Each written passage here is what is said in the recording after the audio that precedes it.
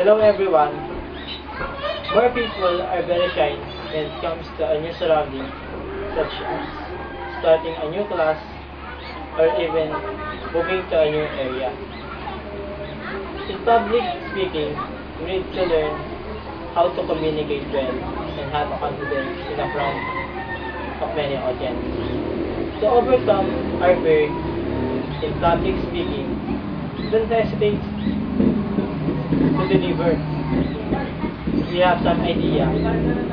Sometimes people have a doubt to deliver their words. Speaking on topic that you are not familiar will increase stress and nervous, and it will create lack of confidence. Speech are very important. You should know what are your topic and review, improve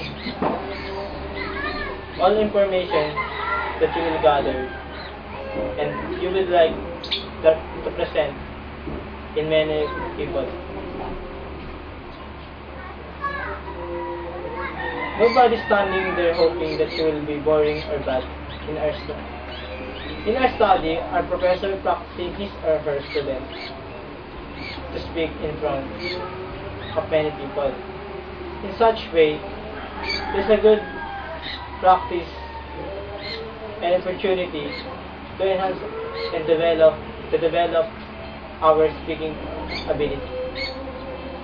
Learn how to have conversation with people and make sure that we'll have the eye-to-eye contact in the audience. The audience really wants you to succeed. Be observer and speak loudly. Believe that your ideas are better than the ideas of everyone. Thank you.